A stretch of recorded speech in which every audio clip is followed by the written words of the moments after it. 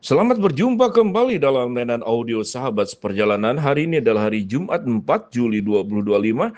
Tema renungan saat teduh kita dengan judul Mengampuni bukan menghukum. Firman Tuhan terambil dalam 2 Korintus 5, 2 Korintus 2 ayat yang kelima sampai dengan ke-8. Namun jika ada orang yang menyebabkan kesedihan, bukan aku yang disedihkannya, melainkan kamu sekalian, atau sekurang-kurangnya beberapa orang di antara kamu. Aku tidak melebih-lebihkan hal ini. Bagi orang yang demikian cukuplah sudah hukuman oleh sebagian besar dari kamu. Sehingga kamu sebaliknya harus mengampuni dan menghibur dia. Supaya ia jangan binasa karena kesedihannya yang terlampau berat. Sebab itu aku menasihatkan kamu supaya kamu sungguh-sungguh mengasihi dia. Mari kita berdoa. Bapa yang di dalam sorga, biarlah kami bisa menyikapi dengan benar tatkala ada seseorang itu berbuat salah atau melakukan sebuah perbuatan yang bisa melukai orang lain. Dalam nama Tuhan Yesus kami berdoa, amin.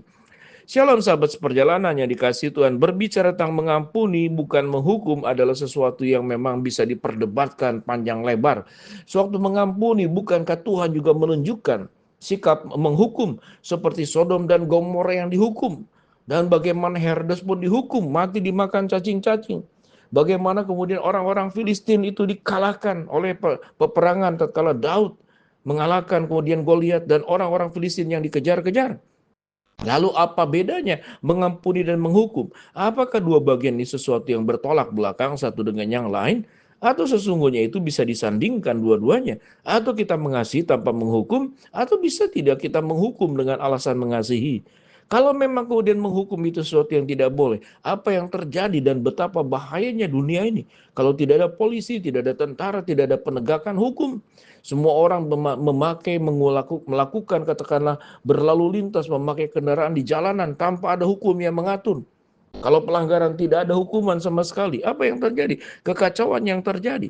Namun kita belajar esensi daripada mengampuni pada bagian ini. Kita mendisiplin adalah sesuatu yang mungkin kata yang lebih tepat.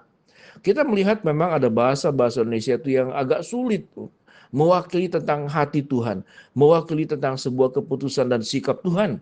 Tetapi kalau berbicara tentang firman Tuhan, bukankah firman Tuhan itu adalah hukum-hukum Allah yang harus ditaati? Ada bagian yang kita harus ikuti, kita taati. Ada hukum Tuhan yang kita perlu taati dengan cara kita tidak melakukannya.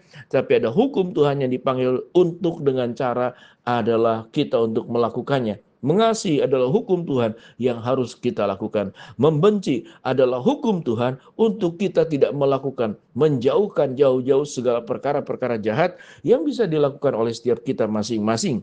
Sahabat seperjalanan, bagian firman Tuhan kepada jemaat di Korintus harus mengampuni orang yang bersalah.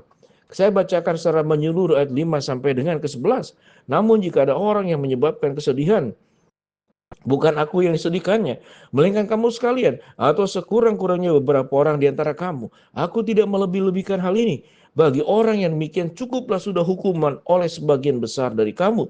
Sehingga kamu sebaliknya harus mengampuni dan menghibur dia, supaya ia jangan binasa karena kesedihan yang terlampau berat. Sebab itu aku menasihatkan kamu, supaya kamu sungguh-sungguh mengasihi dia. Sebab justru itulah maksudnya aku menuliskan surat ini kepada kamu, yaitu untuk menguji sesuatu. Sebab siapa yang kamu ampuni kesalahannya, aku mengampuni juga. Sebab jika aku mengampuni, seandainya ada orang yang kuampuni, hal itu kulakukan karena kamu di hadapan Kristus, supaya iblis jangan memperdaya kita sebab kita tahu apa maksudnya. Sahabat seperjalanan, kalau kita berbicara tentang hukuman adalah berbicara di dalam firman Allah adalah disiplin atau sifatnya itu pengingat. Sama seperti cambuk. Di dalam Amsal dikatakan seorang ayah diizinkan oleh Tuhan untuk memakai tongkat tatkala itu dibutuhkan. Sesuai dengan tepat keadaannya, sesuai dengan caranya. Agar anak itu diingatkan. Kita tahu dengan jelas ada satu hal yang sangat sederhana. Suatu kita mengendari kendaraan di jalan ada yang namanya itu polisi tidur. Sebetulnya bukan polisi tidur dalam arti harafiah. Tapi ada cembungan-cembungan untuk memperlambat proses perjalanan kendaraan kita, karena kalau terlalu cepat itu membahayakan. Biasanya dekat sekolah, dekat rumah sakit, atau dekat dengan kepadatan penduduk, atau yang berada di perempatan dan simpang-simpang jalan, supaya tidak terjadi tabrakan tatkala ada di persimpangan jalan, pertigaan atau perempatan, atau perlimaan yang ada di seluruh Indonesia, di seluruh dunia. Itu jalan. Ada kemudian yang mengingatkan, tatkala melanggar kita akan diingatkan. Jadi lebih tepatnya, itu hukuman yang sifatnya itu demi kebaikan, bukan hukuman untuk demi menghancurkan. Orang yang membenci dan tidak mengampuni, maka dia sedang melakukan hukuman buat orang yang bersangkutan untuk menghancurkan orang yang bersangkutan. Hukuman yang benar, disiplin yang benar, resiko yang benar adalah untuk mengingatkan dalam rangka mengasihi. Orang tua yang kemudian dengan terpaksa memukul anak di usia tertentu, tujuannya adalah untuk anak itu menjadi baik. Motivasinya adalah karena orang tua itu mengasihi. Ada orang tua yang saking tidak tahan, tidak sanggup memukul anaknya, dia memukul dirinya sendiri. Itu banyak terjadi, termasuk saya pernah melakukannya. Itu memang bisa diperdebatkan. Buat apa memukul diri sendiri? Bukankah itu merusak tubuh Kristus yang ada di dalam diri kita? Tapi kalau saya memukul diri sendiri, anak saya yang saya disiplin, itu di saat itulah dia mengalami titik balik. Saya katakan kepada anak saya, kalau papa memukul kamu dengan kekuatan ini, mungkin kamu tidak akan sanggup menerimanya. Sehingga terpaksa memukul diri sendiri. Itu adalah sebuah kejadian yang anak saya tidak pernah melupakan. Dari titik balik itulah dia mulai menyadari kalau ayah itu memukul dirinya sendiri, tidak memukul dia karena dia tidak ingin rasa sakit itu. Tapi anaknya ini kemudian disadari begitu sayang dan cintanya seorang ayah. Sampai kalau tidak memukul anaknya, dia memukul dirinya sendiri. Kita boleh belajar dalam banyak aspek bagaimana Kristus itu tersalib. Dalam rangka kenapa? Karena tidak ada sanggup manusia yang tidak sanggup manusia untuk menerima sebuah tanggungan salib yang sedemikian berat dan tidak bisa menanggung dosa manusia. Itulah yang dilakukan oleh Kristus. Sahabat seperjalanan, mengampuni itu bukan menghukum. Jadi artinya mengampuni itu bukan kemudian menghukum dalam rangka kebencian ingin menghancurkan, tapi dalam rangka mengasihi supaya yang bersangkutan itu ia berbalik. Kalau itu diperlukan hukum. Mengampuni itu artinya melepaskan seluruh kebencian. Tidak ingin membalas untuk merusak orang yang bersangkutan.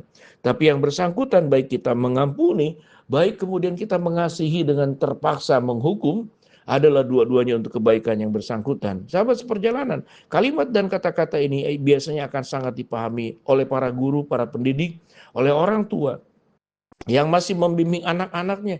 Tatkala anak-anak kemudian salah jalan, salah langkah, kadang-kadang kita bisa melakukan hal tersebut. Dan Alkitab mengizinkan semuanya itu. Tetapi dasar daripada semua gerakannya adalah karena mengasihi. Bukan karena ingin menghancurkan, bukan karena ingin menghabisi, bukan karena ingin membinasakan, tapi karena mengasihi. Mengampuni pun karena mengasihi. Menghukum dengan kasih pun itu karena mengasihi. Sehingga bukan ingin menghancurkan orang yang bersangkutan. Mari kita belajar kebenaran firman Allah dalam kehidupan keseharian kita. Mungkin ada orang yang sudah melukai, sewaktu kita tetap menyimpan rasa sakit hati, itu artinya kita tidak sedang mengampuni. Kita sedang menghukum orang tersebut. Kalaupun kita tidak melakukan hukuman secara langsung, maka sikap kita sendiri itu sudah menghukum orang yang bersangkutan. Bahwa dirinya itu harus dihukum, hati kita sudah menghukum dia. Sekalipun tindakannya itu belum dilakukan. Tapi itu tidak berkenan di hadapan Allah. Mari kita belajar, kita tentu ada banyak luka untuk sesuatu yang pernah dilakukan oleh orang lain yang merugikan kehidupan kita. Mari kita belajar untuk mengampuni dengan kasih. Tapi kalaupun ada proses yang perlu dilewati, lewat hukuman, lewat katakanlah sebuah peradilan yang legal, biarlah kita dengan dasar mengasihi. Mari kita berdoa. Bapa dalam surga, terima kasih kami ingin belajar mengampuni, bukan menghukum dan menghabisi. Kami berdoa agar hidup kami terus dipenuhi oleh Roh Kudus. Ampuni kami Tuhan.